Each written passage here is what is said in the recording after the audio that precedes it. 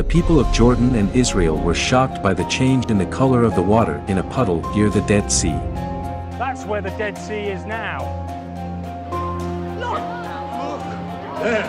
Where he struck the river, it bleeds! The water turns to blood! Which raises speculation that the apocalypse is near. Un bassin d'eau situé près de la mer Morte dans la région biblique de Moab, l'actuelle Jordanie, est mystérieusement devenu rougeant. Des travailleurs du ministère jordanien de l'eau et de l'irrigation prélèvent des échantillons d'eau de la lagune rouge juste à l'intérieur de la frontière jordanienne pour enquêter sur l'origine de cet étrange événement. Les photographies ont suscité une controverse sur les médias sociaux, les eaux rouges sont ayant une grande signification dans l'Ancien Testament car elles constituent l'une des 10 plaies que Dieu a envoyées au pharaon d'Égypte pour libérer les Juifs de l'esclavage. Est-il possible que la fin des temps approche? Car c'est l'un des signes mentionnés dans Apocalypse 16, verset 4.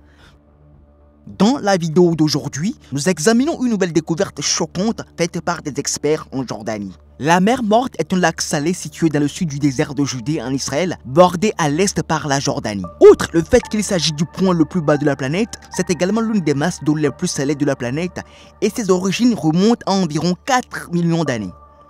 Sa salinité élevée, bien supérieure à 30%, signifie que ces eaux sont extrêmement riches en minéraux et les bienfaits pour la santé d'un bain dans la mer Morte ont longtemps été revendiqués, malgré le fait que l'eau soit trop salée pour accueillir la vie marine.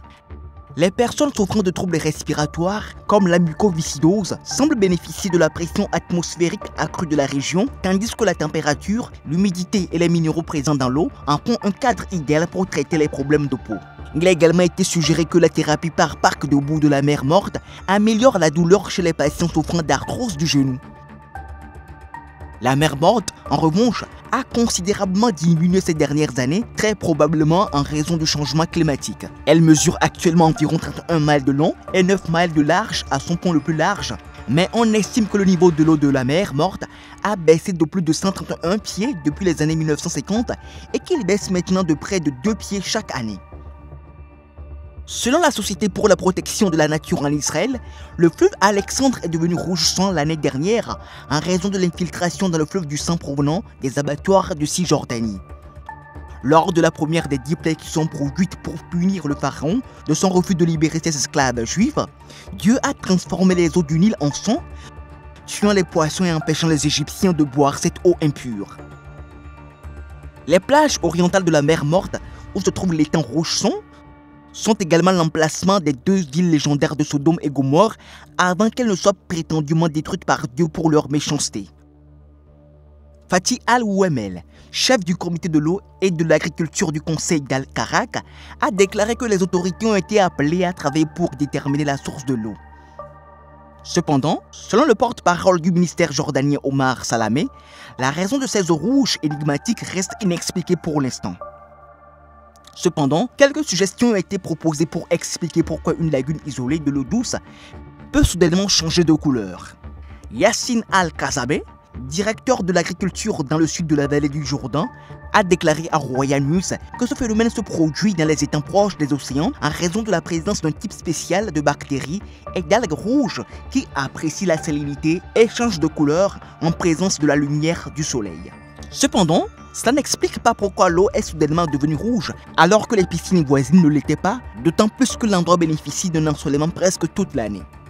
D'autres responsables ont déclaré aux médias que la présence d'oxyde de fer dans l'eau pourrait expliquer ce changement de couleur particulier, mais ils n'ont pas expliqué comment l'oxyde de fer s'est retrouvé dans la piscine ni pourquoi le changement de couleur s'est produit si rapidement. Pendant ce temps, le président du syndicat des géologues jordaniens, Sakr Al-Noussour, a déclaré à Al-Ghad que la couleur rouge pourrait avoir été créée par une intervention humaine. De nombreux Jordaniens partagent cet avis, accusant le gouvernement de dissimuler une source de pollution ou d'utiliser la piscine comme décharge de déchets chimiques. Puisque les prédictions sur la fin du monde prévoient que de grandes quantités d'eau se transformeront en sang, la question se pose de savoir si les événements auxquels nous assistons actuellement sont également prédits dans la Bible. Selon Apocalypse 8, verset 8, le second ange sonna de la trompette et quelque chose de semblable à une grande montagne embrasée par le feu fut jeté dans la mer et le tiers de la mer devint du sang. Ce verset décrit ce qui s'est passé lorsque le deuxième ange a soufflé dans sa trompette. Quelque chose ressemblant à une montagne massive en feu s'est jeté dans l'eau. Cet objet massif pourrait être un météore. La première trompette a prédit de la grêle, du feu et du sang. Certains croient que la première trompette sera une pluie de météores, annonçant une calamité bien plus dévastatrice, comme expliqué ici. La référence à la mer est distincte des ressources en eau douce de la terre, comme les lacs et les rivières. Celles-ci seront affectées par un jugement ultérieur de la trompette. Peut-être ce jugement tombera-t-il sur la mer Méditerranée, qui est sous le contrôle de la bête décrite dans Apocalypse 13, versets 11 à 18. Bien qu'elle ne soit mentionnée que plus tard, cette figure de la fin du monde sera arrivée à ce stade de la tribulation. La bête, qui domine le commerce pendant la période de tribulation, subira une perte financière importante à la suite du jugement de la deuxième trompette, puisqu'un tiers de la mer se transforme en sang. Ce jugement nous rappelle ce qui s'est passé lorsque Pharaon a refusé de permettre aux Hébreux de sortir d'Égypte. Selon Exode 7, versets 14 à 22, le Seigneur a dit à Moïse d'ordonner à Aaron de prendre son bâton et d'étendre sa main sur les eaux d'Égypte pour qu'elles deviennent sanglantes. Le Nil s'est transformé en sang après que Moïse et Aaron aient obéi au Seigneur. Dieu punira les bêtes pour avoir opprimé ceux qui refusent d'adorer le chef de l'Empire romain ressuscité, de la même manière qu'il a puni Pharaon pour sa répression du peuple d'Israël. L'eau est également changée en sang dans Apocalypse 16, versets 3 à 6, avec la deuxième et troisième coupe de la colère de Dieu. Le deuxième ange versa sa coupe dans la mer. Elle devint comme le sang d'un cadavre, et tous les êtres vivants qui étaient dans la mer moururent. Le troisième ange versa sa coupe dans les fleuves et les sources d'eau, et ils devinrent du sang. Et j'entendis l'ange chargé des eaux dire : Tu es juste, ô sang, qui est et qui était, car tu as porté ces jugements. Car ils ont versé le sang des saints et des prophètes, et tu leur as donné du sang à boire. C'est ce qu'ils méritent. En outre, les deux témoins spéciaux mentionnés dans Apocalypse 11, verset 6, seront capables de convertir l'eau en sang. Toutes ces choses se produisent pendant la période de tribulation de la fin des temps. La mer morte a une importance biblique et religieuse considérable. Diverses sectes juives résidant dans des grottes autour de la mer morte au cours de la période biblique, notamment les Esséniens, qui auraient laissé les remarquables manuscrits de la mer morte dans les grottes de Qumran. Les manuscrits sont une collection d'environ 25 000 fragments de manuscrits anciens, dont les plus anciennes copies connues de livres de la Bible hébraïque. Ils ont été découverts dans les grottes de Qumran, près de la mer morte, en 1946, et leur découverte a été décrite comme l'une des plus importantes découvertes archéologiques jamais faites par le biologiste Oded Rekavi de l'université israélienne de Tel Aviv. Les archéologues sont actuellement en train de reconstituer minutieusement les manuscrits. Les villes légendaires décrites dans le livre de la Genèse, Sodome et Gomorrhe, auraient existé sur la rive sud de la mer morte, tandis que Kenjedi, aujourd'hui une réserve naturelle près de la mer morte, est mentionné dans la Bible comme la zone où le roi David s'est caché de Saul, l'homme qui a tué Goliath. À l'ère moderne, des scientifiques israéliens et allemands ont découvert en 2011 que le fond de la mer morte comporte des fractures qui permettent à l'eau douce de remonter les profondeurs de la mer.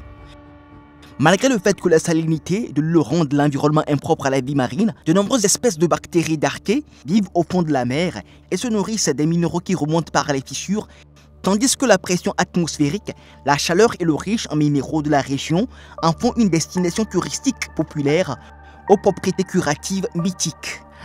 La mer morte, selon les croyances islamiques, est l'emplacement de l'ancienne ville de Sodome, qui était la maison du prophète Lut. Les habitants de Sodome sont décrits dans le Coran comme des malfaiteurs ignorants et pécheurs qui ont rejeté l'appel de Dieu à la droiture. Parmi ces individus figuraient des meurtriers, des voleurs et des personnes qui se livraient publiquement à des activités sexuelles immorales. Lut a fermement proclamé la vérité de Dieu, mais en vain. Il a découvert que même sa propre femme était mécréante. Selon la croyance, Dieu a brutalement puni les sodomistes pour leurs méfaits. Selon le Coran, la punition consistait à renverser les villes et à faire pleuvoir sur elles des pierres dures comme de l'argile cuite, étalées couche par couche, marquées par ton Seigneur. Coran 11, versets 82 à 83. Le lieu de ce châtiment est aujourd'hui la mer morte qui sert de métaphore de la destruction. Selon le Coran, l'emplacement de ce châtiment a été laissé comme un signe pour ceux qui viennent après. Certes, il y en a cela des signes pour ceux qui comprennent. Et en vérité, elles, les villes, sont sur la route principale. Certes, il y a là un signe pour les croyants. Coran 15, 75 à 77. Pour cette raison, les musulmans puis ont une aversion pour la région de la mer Morte.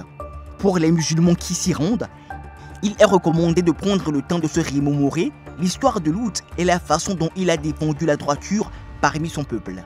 Le Coran dit « Nous avons donné à Lut la sagesse et le savoir, et l'avons sauvé de la ville qui pratiquait des abominations. » En vérité, c'est un peuple adonné au mal, un peuple rebelle, et nous l'avons admis à notre miséricorde, car il était du nombre des justes.